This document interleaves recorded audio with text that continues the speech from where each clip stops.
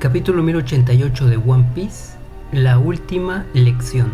Y comenzamos con la noticia de que Eiichiro Oda ya está recuperado de su vista, de su operación. Por ella en su comentario semanal del manga habló de que se tiene que acostumbrar a su nueva visión de rayos láser, un poco para bromear con respecto a su operación, pero se deja ver que pues está bien, que todo salió bien.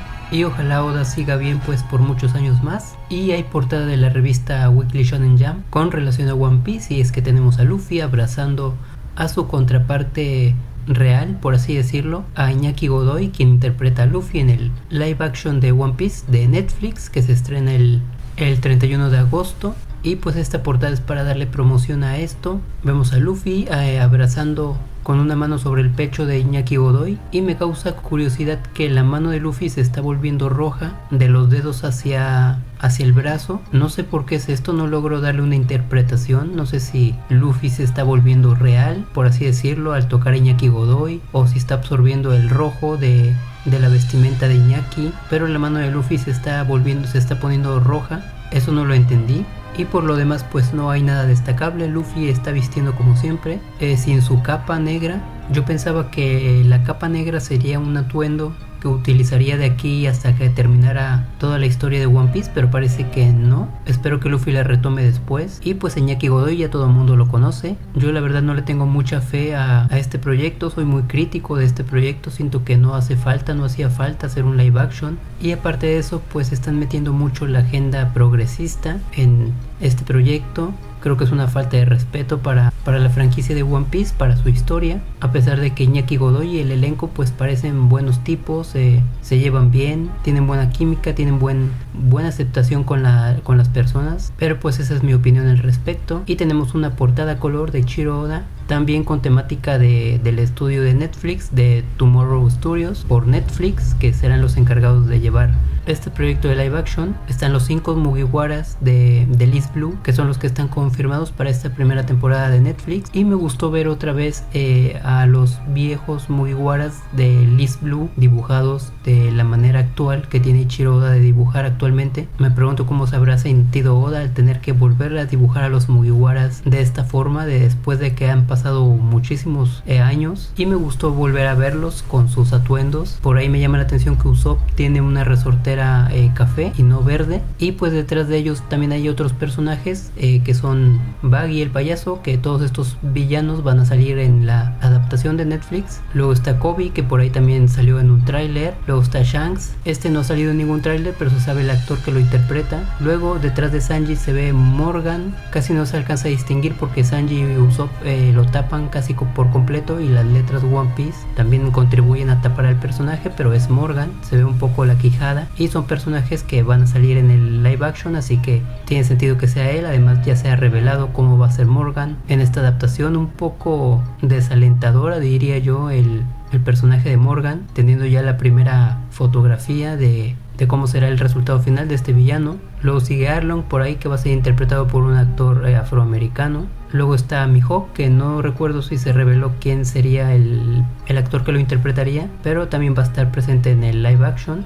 Luego Garp, que va a ser el tema central de este 1088. Y finalmente el Capitán Kuro, que me alegra muchísimo verlo otra vez dibujado por Eiichiro Oda. El Capitán Kuro es mi personaje favorito de todo One Piece, y volver a verlo dibujado por Oda pues a color pues realmente me gustó mucho. Casi que solamente por el Capitán Kuro es que me gustó esta portada de color. Y lo primero que me llama la atención es dentro de este flashback donde Garp está enseñando a marines que pues apenas son cadetes en el antiguo cuartel general de la marina, que era Marineford. En el 1087 nos confirmaron que Garp pues residía en Marineford, porque ahí es donde entrenaba su rutina diaria de golpear buques de guerra. Y en este 1088 pues creo que también podemos decir que se nos confirma que Kobe tenía también su residencia en lo que antes era Marineford, lo que antes era el cuartel general de la marina. Y vemos una cara de la marina que no habíamos visto, la cara de la enseñanza. Era obvio que los marines tenían estas aulas o que recibían su información formativa de alguna forma, pero nunca nos lo habían mostrado hasta hoy. Por ahí con un pizarrón, con unos bancos para que los estudiantes escriban. Y Garp haciendo de maestro, que pues era uno de sus roles dentro de la marina. También se nos muestra un poco la visión que tiene Garp de la justicia, poniendo este dilema en el que hay un infante, un bebé y un anciano en una isla de la que deben de salir. Tú, siendo un marino, pues tienes que elegir entre llevar al bebé o llevar al anciano, y Kobe rápidamente pues deja ver su altruismo, que siempre lo caracteriza, también un poco su ingenuidad, al decir que él cedería la barca al bebé y al anciano para que ellos se salvaran y él se sacrificaría. Kobe se estaría sacrificando. Garp lo regaña, le avienta una especie de, no sé qué es, realmente es como un termo, como tiene un gancho, no sé bien qué será lo que le arroja. Y Garp se enoja con él porque le dice que es muy tonto pensar así, que quienes se deben de salvar es el marino, o sea, la persona que está en esta situación, y el bebé, el infante, la persona más joven, ya que el anciano pues no le queda mucho de vida. Y entonces podemos saber que la postura de Garp es de siempre dar paso a lo nuevo, aun y cuando se tenga que sacrificar a personas que son ancianas, un poco siendo premonitorio lo que va a ocurrir en el futuro de este 1088. Por ahí un marín mujer que está viendo toda la situación pues lo regaña, le dice que todas las vidas son importantes. También podemos ver en el aula a Prince Gruz y a El Mepo cuando eran unos cadetes, e incluso a Okiji por ahí pasando mientras están regañando a Garp. Y después me llama la atención lo de la isla de las mujeres, lo de Amazon Lily, donde se nos presenta que Kurohige tiene a 800 marines atrapados con intención de llevarlos a Hachinosu. Y me llama la atención que todos los marines, al saber su destino, pues empiezan a llorar, lo cual no me gustó mucho porque se supone que son pues hombres fuertes y duros, entrenados para situaciones como estas, que son conscientes de lo que podría pasar si llegan a ser capturados, personas que tienen como labor asegurar la paz y el bienestar de otros, y que se pongan pues a llorar en una situación así, pues no sé, no me convence mucho como marines. Yo sé que Oda lo hace un poco para enfatizar el hecho de que Kurohige y Hachinosu pues son palabras muy graves, que nadie quisiera estar en esa situación, pero pues realmente no me gustó ver a los marines ahí llorando como niños. Y vemos como Kobe se entrega a cambio de la vida de los 800 marines que están ahí atrapados, algo muy de Kobe. Y otra condición es que Kurohige no se lleve el buque de guerra de la marina. Y pues a todo esto Kurohige piensa que Kobe está pidiendo demasiado, que se está sobreestimando lo suficiente para poder decirle a un yonko o para poder imponerle a un yonko un trato, cuando perfectamente pues podría tomar todo lo que él quiera, a Kobe, los 800 marines y el buque de guerra. Pero el caso es que más adelante o actualmente sabemos que Kobe pues fue capturado por Kurohige, lo cual significa que aceptó el trato. Y mi pregunta es si Kurohige estaba pensando que Kobe se sobreestimaba y que era un tonto. ¿Cómo pasó de tener ese pensamiento a aceptar el trato de Kobe? Ya que actualmente en Hachinosu pues no vemos realmente que Kobe haya liberado marines. Vemos que a las personas que liberó Kobe pues son humanos un poco extraños, de razas del mundo. Había cuellos largos, brazos largos, pero realmente no vi ningunos marines. Así que lo que yo intuyo es que Kurohige aceptó el trato de llevarse a Kobe, dejar los 800 marines y el buque. Y pues me parece extraño que un yonko, teniendo esa categoría y teniendo esa fruta, haya aceptado el trato de Kobe, cuando en un principio pues lo consideraba un tonto por haber propuesto un trato como ese. Otra cosa es que cuando Kobe da un paso al frente para entregarse, hay un oficial que le comunica al vicealmirante Yamakagi acerca de que Kobe es de Sword, como con la intención de hacerle ver a Yamakagi que pues realmente no importaba si se entregaba o si Kurohige se lo llevaba. No vemos la reacción de Yamakagi después de que es informado de este dato. Sí vemos un poco la cara del marín que lo informa, es un poco como una expresión de rechazo hacia Kobe o hacia Sword, pero no vemos la reacción de Yamakagi después de esto. Supongo yo que también debe de tener cierto rechazo hacia Sword. Y por último, no entiendo bien en qué momento fue que sucedió todo esto de que Kurohige y Kobe hablan acerca de la vida de los 800 marines. Sí, cuando nos lo presentaron en Amazon Lily hace algunos capítulos atrás, pues realmente todo pasó muy rápido y no daban los tiempos como para que Kurohige hubiese secuestrado a 800 personas. A lo mejor su fruta facilitó un poco el tiempo, el número de las personas secuestradas, pero realmente no logro encajar cuándo fue que sucedió esto, porque capítulos atrás no vimos nada de esta charla ni del secuestro de los 800 marines. Llegó Rayleigh muy rápido, después de que Kurohige hizo todo el alboroto no pudo haber secuestrado a los 800 marines porque realmente no tuvo tiempo, sino estaba peleando con los Seraphim, estaba con Boa Hancock, y justo después de capturar a Boa Hancock pues llegó Rayleigh, así que realmente no tuvo mucho tiempo para hacer este movimiento. Y pues volviendo al presente, vemos que Ávalo Pizarro, haciendo uso de su Shima Shima no Mi, está a punto de aplastar el buque de guerra de Garp, y Garp, tirado en el suelo, pues aún tiene la destreza mental para armar un plan que involucra a El Mepo, a Koby y a Prince Cruz para que juntos cooperen y salven el buque de guerra con las personas secuestradas. Y había muchas dudas acerca de quién iba a salvar el buque, inclusive se habló de que Bogart, este hombre tipo detective que siempre acompaña a Garp, podría ser una opción para salvar el buque, pero al final esta combinación de estos tres personajes fue quienes salvaron a estas personas. Y pues como en el 1087 también me llamó la atención que el Mepo pues ha evolucionado muchísimo, pasando de ser el hijo de un marín corrupto, un hombre sin ninguna clase de escrúpulo, que no conocía el cansancio, que no conocía el esfuerzo, que no conocía el entrenamiento, y llegó a ser pues una figura importante, tan importante como para estar involucrado en ese acontecimiento en Hachinosu, siendo uno de los 3 marines jóvenes que brillaron en ese acontecimiento. Creo que el personaje del Mepo ha evolucionado muchísimo, haciéndole trío a figuras como el héroe Koby y Prince Cruz,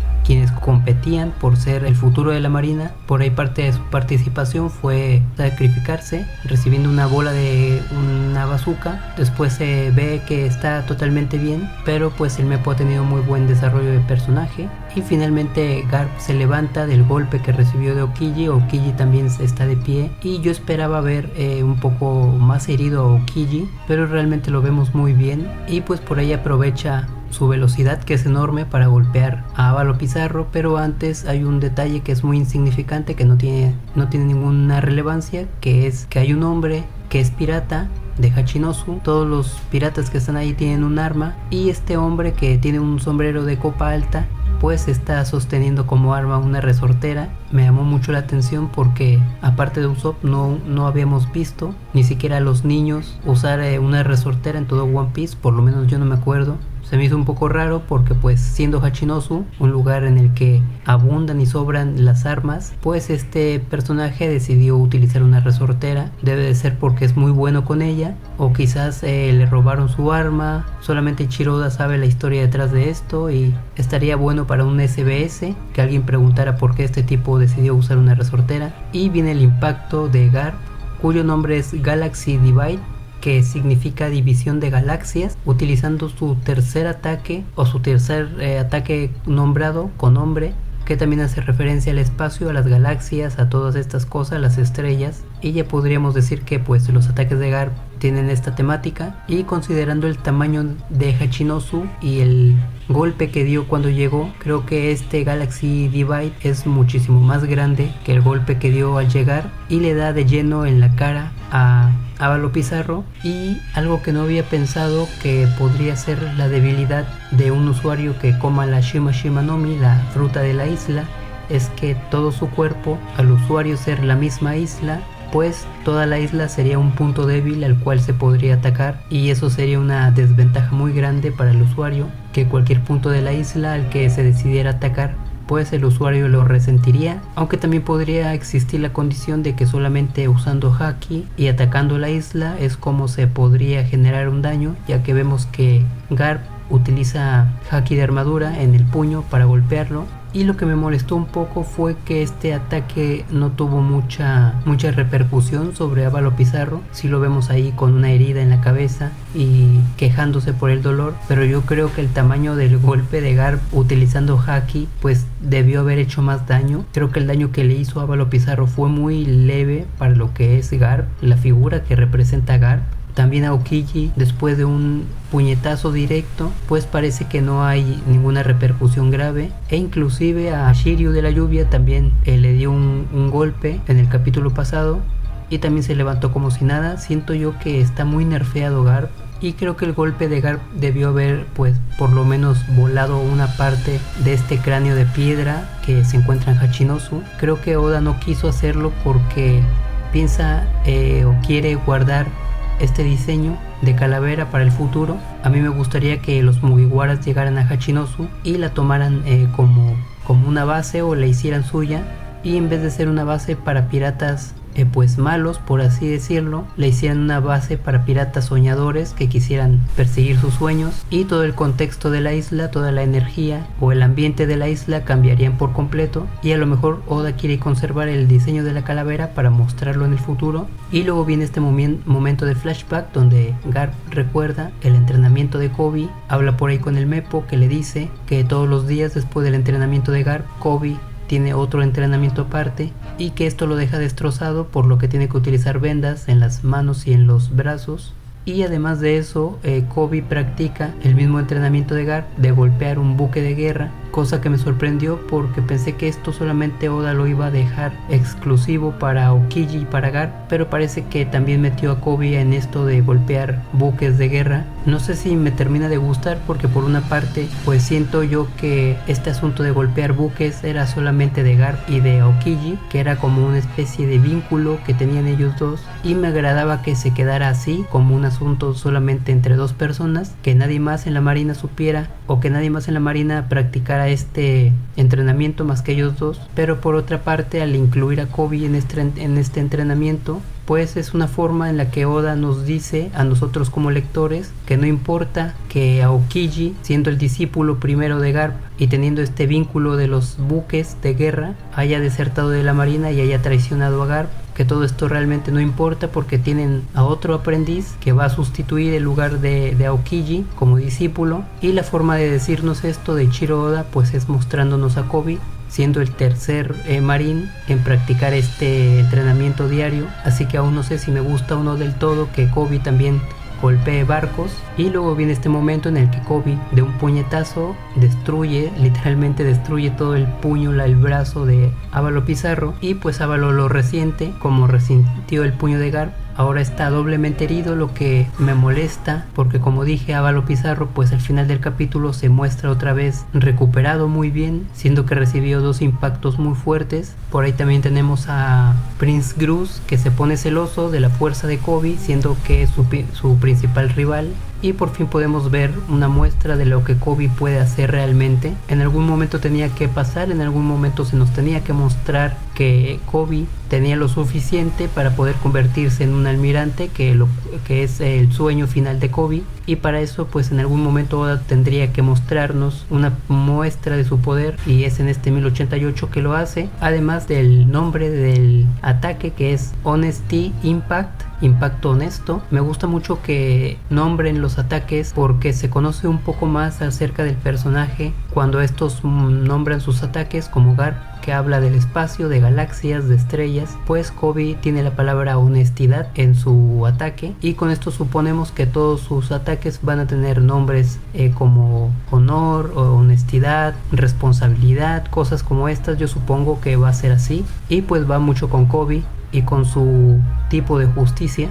Y me gusta que Garp se echa a reír como loco cuando Koby destruye este brazo. Por ahí Prince Gruz tiene una participación un poco menor, tejiendo una telaraña de arcilla para que los restos pues no aplasten el buque. Y después de que todos terminan en el barco, en el buque, Koby, el Meppo y Prince Gruz pues empiezan a festejar de que todo está bien. Y cuando los marines dicen que solamente falta Garp para poder marcharse, ahí fue cuando cuando pensé que Garp ya no saldría de ahí con vida. Y precisamente es la escena que nos muestran después de la llamada de Garp, en la que le dice a los marines, o más bien que les ordena que se vayan de Hachinosu sin él.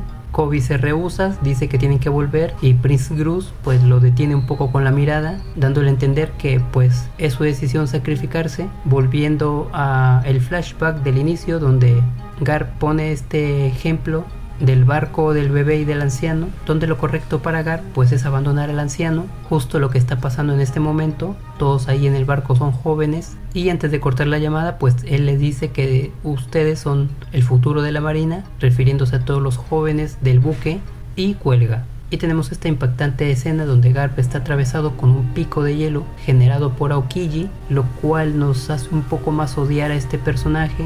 Es curioso porque Aokiji pasó a ser un personaje temido, un almirante de la marina. Después, cuando se nos presentó, pues vimos que era un tipo relajado, inclusive los Mugiwaras le agarraron confianza. El lector también se encariñó con él, con su estilo, con su forma relajada y poco estricta de llevar a cabo la justicia, y pensamos que era un buen tipo. Después vimos como también puede ser implacable, iba tras Nico Robin, y ahí a los espectadores, a los lectores ya no nos agradó tanto. Después tenemos el pasado por ahí de Robin, en el que Aokiji, a pesar de que tuvo que cumplir su misión, pues también dejó escapar a Nico Robin, y otra vez de alguna forma recuperamos la fe en este personaje. Luego Marineford, donde tuvo que atacar a Luffy porque ese era su deber. Luego la pelea entre Aokiji y Akainu, en la que todos esperábamos que ganara Aokiji y que fuera el futuro de la marina, por lo menos en su dirección. Después nos enteramos que perdió, que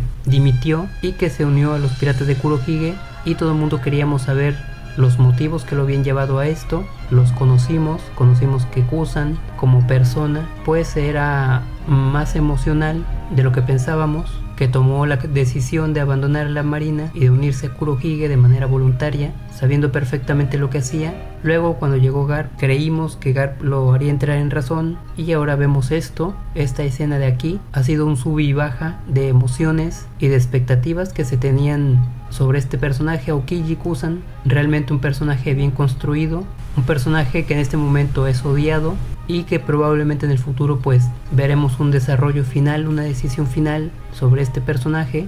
Y sobre Garp, yo ya había dicho que probablemente iba a morir muy pronto, pero no me imaginaba que en Hachinosu. Evidentemente todas las leyendas antiguas del mundo de One Piece deben de irse, deben de morir, como Kaido y Big Mom, para dar paso a las nuevas leyendas, y que ya no haya ninguna especie de intervención o de influencia de una leyenda pasada sobre una más joven. Y para esto Oda tiene que eliminar a todos los personajes que antes fueron leyendas como Garp, y pues estamos muy cerca de ver su muerte. Es una pena que no hayamos conocido un poco más sobre él. Espero por lo menos que nos muestren un flashback de su vida o de su niñez, y que Oda no lo ponga en un SBS, por ejemplo. Y supongo yo que Garp va a permanecer en Hachinosu hasta que llegue Kurohige, y Kurohige pues tendría el privilegio de asesinar a Garp, y pues ya es inevitable hablar de la muerte de este personaje. Otra cosa es que San Juan Wolf se encuentra en la parte de atrás observando con enojo, porque fue el primero en caer, en ser derrotado, y yo esperaba pues que nos mostraran cómo se libró de quedar sumergido bajo el agua, si es un usuario de una Akuma no Mi, y pues aquí lo vemos totalmente ya recuperado. No se nos muestra cómo lo sacaron. Supongo yo que Ávalo Pizarro utilizó una de sus manos para sacarlo de ahí, pero me hubiera gustado saber cómo fue que se reincorporó. Y otra cosa es que entre Aokiji y Vasco Shot tenemos a Pandaman. En este 1088 aparece Pandaman, y pues lo vemos entre los villanos haciendo un gesto con el brazo. No sé si es un gesto como de coraje por lo que está pasando, o si es un gesto de victoria por lo que está pasando, pero ahí tenemos al pequeño Pandaman. Y finalmente todo esto se corta dando pie a los encabezados del día siguiente, en el que se anuncia que el paradero de Garp pues es desconocido. También se habla del exitoso rescate de Kobe, y lo más interesante que es una noticia sobre Egghead, acerca de que Luffy ha hecho de Egghead su propia fortaleza, dándonos a entender que por ahora el frente de Hachinosu se va a cerrar para irnos de lleno con el de Egghead y de Luffy. Y realmente me gusta que Luffy haya hecho su base personal, el Egghead. No sé si esto va a ser momentáneo, si por el momento en el que esté Luffy y los Mugiwaras, Egghead va a ser de su territorio, y una vez que ya hayan cumplido su misión o se vayan, pues Egghead quede a la deriva, o si en efecto Luffy ha proclamado la isla de Egghead como parte de su territorio. Esta segunda opción me gustaría más, porque solamente hemos visto a Luffy proclamar una sola vez territorio, y fue con la isla Gyojin. No, mentira, también Wano le reclamó como su territorio. Y estos momentos en los que Luffy reclama territorio me gustan mucho, porque él es un pirata que no está interesado en territorios. Los yonkos que reclaman territorios siempre es por alguna cuestión de poder o de bienes, y Luffy los reclama porque pues ahí hay gente que le agrada. Así que ver a Luffy, que es un pirata que no está muy interesado en toda esta política de ser pirata, reclamar un territorio, pues es algo que me emociona. Verlo actuar como un yonko de vez en cuando, pues es algo que me gusta mucho. Y no sé qué va a pasar si al reclamarlo su base personal, la marina tenga que cesar su ataque, ya que como vimos, los marines normales que siguen el reglamento no pueden meterse con un yonko. Tendría que ser alguien de su board quien entrara a pelear con Luffy. Por ahí estaban Kizaru y un Gorosei, Jay García, aunque en teoría pues el Gorosei tiene más importancia que un yonko y podrían romper esta regla, así que no sé qué va a pasar. Y esto ha sido todo lo que más me ha gustado, lo que más me ha llamado la atención de este 1088, y esperar el siguiente.